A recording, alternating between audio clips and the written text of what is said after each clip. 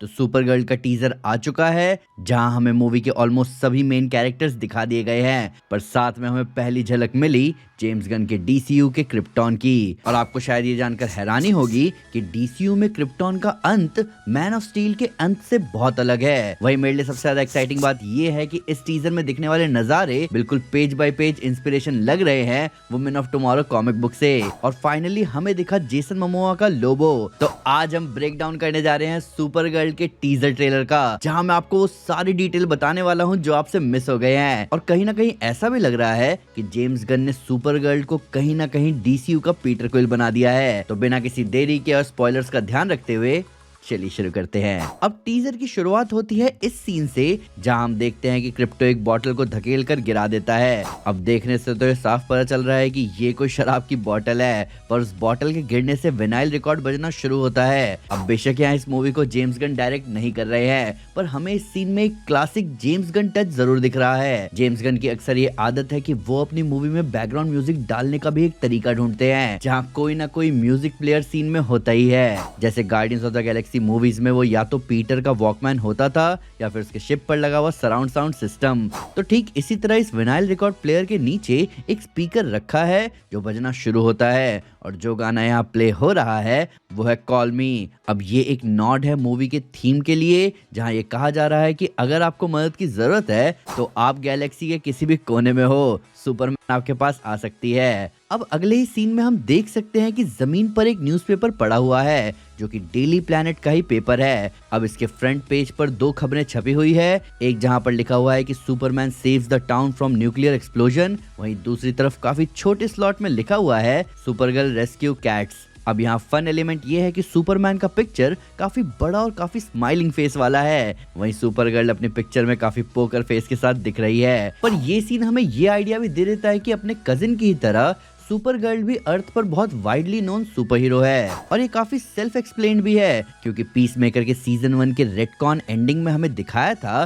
कि सुपरमैन और justice gang के साथ सुपर गर्ल भी पीस मेकर के पास आए थे। तो पीस मेकर का वो रेडकॉन सीन और न्यूज़पेपर में छपी एक खबर हमें ये बता रही है कि सुपर गर्ल भी स्टैब्लिश सुपर हीरो है। अब सुपर गर्ल के एक डायलॉग के बाद हम देखते हैं कि वो एक बस स्टॉप जैसी जगह पर बैठी हुई है, जहाँ पर बस की जगह एक अजीब सा स्पेसशिप जैसा व्हीकल आता है। पर ये व्हीकल दिखने में बहुत ही ज्यादा वुमेन ऑफ टुमारो के इशू 2 में दिखे वेस्टवर्ड हॉल फेरी जैसा दिखता है, जो कि यूनिवर्स में एक गैलेक्सी से दूसरे गैलेक्सी के बीच ट्रैवल करने के लिए एक पैसेंजर सर्विस है। अब उसके ठीक बाद हमें दिखता है कि सुपर गर्ल एक पब जैसे लोकेशन पर है, जहाँ पर वो मेंशन कर रही है कि किस तरह उसने सोचा था कि उसका 23rd ईयर बहुत ही मजेदार होगा। पर इस सीन में एक छोटी सी डिटेल है जो हमें बताती है कि ये कौन सी जगह है। तो इस सीन में आप देख सकते हैं कि कारा ने जो भी ड्रिंक ली है उस पे आग लगी हुई है। अब वुमेन ऑफ टुमारो के इशू 2 में ही कारा और उसकी पार्टनर रूथी एंडमर्फ्स एस्टेरॉयड नाम की एक जगह पर रुकते हैं, जहां वो एक ऐसे ही पब में जाते हैं, और वहां ये सीन है जहां कारा एक फायर ड्रिंक ऑर्डर करती है। बस यहाँ पर एक चेंज है, और वो ये है कि हम आगे इसी सीन में क्रिप्टो को साथ देख सकते हैं। पर कॉमिक्स में जब कारा एंडमर्स एस्टेरॉयड पर पहुंची थी तो क्रिप्टो उसके साथ नहीं था। अब इसके बाद हमें दिखता है क्रिप्टॉन, और क्रिप्टॉन की तबाही के साथ हमें दिख रहा है सुपर गर्ल का होम टाउन यानी कि आर्गो सिटी। अब आर्गो सिटी क्या है और उसकी स्टोरी क्या थी, ये जानने के लिए आपको टेंशन लेने की जरूरत नहीं है, क्योंकि वो सब हमने अपनी इस वीडियो में कवर कर दिया है, तो आप उसे जरूर चेकआउट करना। तो खैर इस सीन में हम क्रिप्टॉन की तबाही और आर्गो सिटी को देखते हैं। पर एक बहुत ही इंटरेस्टिंग बात हुई है यहाँ पर, वो ये है कि डीसीयू में क्रिप्टॉन उस तरह बर्बाद नहीं हुआ जिस तरह मैन ऑफ स्टील में हुआ था। तो मैन ऑफ स्टील में हमने देखा था कि क्रिप्टॉन के रिसोर्सेज खत्म हो जाने की वजह से और भयंकर एक्सप्लॉयटेशन की वजह से क्रिप्टॉन का कोर अब कोलैप्स होने वाला था और वो पूरा प्लेनेट फटने वाला था। पर यहाँ पर जिस तरह से बिल्डिंग बर्बाद हो रहे हैं उसे देखकर ऐसा लग रहा है कि वो किसी बड़े स्ट्रॉन्ग शॉक वेव से टकराए हो, और ऐसा होने का एक ही रीजन हो सकता है दोस्तों, और वो ये है कि क्रिप्टॉन का सन यानी राओ सुपरनोवा में बदल रहा है, और उसी सुपरनोवा ब्लास्ट से जो पावर शॉकवेव स्पेस के थ्रू ट्रैवल करके क्रिप्टॉन तक पहुंचे होंगे वही क्रिप्टॉन प्लैनेट को खत्म कर रहे हैं। और इसीलिए कारा के पिता जोरेल ने ये डोम जैसा दिखने वाला शील्ड आर्गो सिटी के चारों तरफ बना दिया है ताकि वो लोग तो बच जाएं। पर वहीं इन्हीं सीन्स के बीच हम कारा और रूथी के बीच के कन्वर्सेशन सुन सकते हैं, जहां रूथी कारा से पूछती है कि अपना सब कुछ एक ही दिन में खो देना कैसा फील होता है, जिसपे कारा कह रही है कि काश ये सब एक दिन में हुआ होता, पर ईश्वर इतने दयालु कहाँ थे। अब ये थोड़ा इंटरेस्टिंग इनपुट है दोस्तों, क्योंकि जिन्हें नहीं पता उन्हें मैं बताना चाहूंगा कि क्रिप्टॉन पर भी रिलीजन एग्जिस्ट करते हैं, और इन्हीं रिलीजन में से एक है राओइज्म। और इस रिलीजन में बाकी रिलीजन की ही तरह कई सारे गॉड्स और डेमी गॉड्स एग्जिस्ट करते हैं। तो एक तरह से हम कह सकते हैं कि क्रिप्टॉन के कल्चर और उनके रहन सहन के बारे में हमें सुपरगर्ल मूवी से पता चल सकता है। और मेरे इस बात का प्रूफ आपको अगले ही सीन में दिख जाता है, जहां हम देखते हैं कि कारा और उसके साथ कुछ लोग हैं जो उसी तरह के व्हाइट क्लैडेड ड्रेस में हैं जैसे हमें सुपरमैन मूवी में कार्लेल के माता पिता पहने हुए दिखे थे। तो टीजर का ये सीन ऑफ कोर्स तब का ही है जब कारा आर्गो सिटी में ही थी, और हो ना हो इस सीन में ये सब किसी न किसी की शोक यात्रा पर निकले हुए हैं। अब कॉमिक बुक रीडर्स को कहीं ना कहीं आइडिया है कि ये शोक यात्रा किसकी है, पर मैं आपको स्ट्रेट अप स्पॉइलर तो नहीं दूंगा।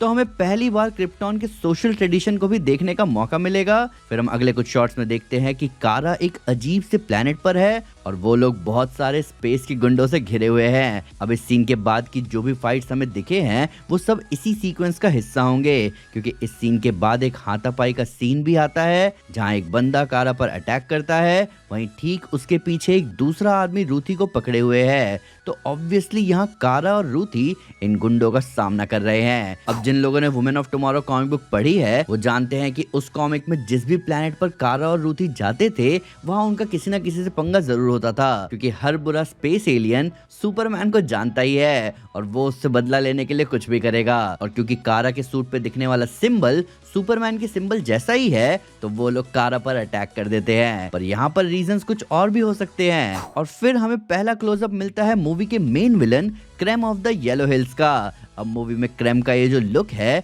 वो इसके कॉमिक बुक वर्जन से बहुत ही ज्यादा अलग है, पर ऑफ कोर्स क्योंकि डीसीयू अभी जेम्स गन के हाथों में है तो वो हमें स्पेस पायरेट वाला लुक तो दिखाएंगे ही। अब अगले ही सीन में हम देखते हैं कि एक सीट पर बैठे बैठे रूथी एक सोर्ड निकालती है। अब मैं आपको बहुत हैवी स्पॉइलर तो नहीं दूंगा, पर मैं आपको इतना बता सकता हूँ कि ये सोर्ड बिलोंग करता है क्रेम को, जो रूथी के लिए बहुत इंपॉर्टेंट है। वहीं ये जगह भी हॉलफेरी ही है जिस पर बैठकर कारा और रूथी इंटरगैलेक्टिक ट्रैवल कर रहे हैं। वहीं इसके बाद हम कारा और रूथी को एक कॉरिडोर से भागते हुए देख पा रहे हैं और वो दोनों बाहर आते हैं खिड़की तोड़कर। अब ये पूरा सेटअप उसी फाइट वाली लोकेशन का है जहां कारा की उन स्पेस पायरेट से झड़प हुई थी। पर यहाँ दिलचस्प बात ये है कि ये प्लेनेट जिस भी जगह पे है वो काफी वियर्ड सेटअप वाला है, क्योंकि कुछ मोमेंट्स ऐसे दिख रहे हैं जहाँ सुपरगर्ल उड़ पा रही है और फिर ऐसा लगता है कि उसकी उड़ने की पावर्स चली गई। तो ये देखना तो बड़ा इंटरेस्टिंग होगा कि ऐसा हो क्यों रहा है। अब अगर आपको याद हो तो सुपरमैन मूवी के एंड में ये बात कही गई थी कि कारा जानबूझकर रेड सन्स वाले प्लेनेट पर जाती है पार्टी करने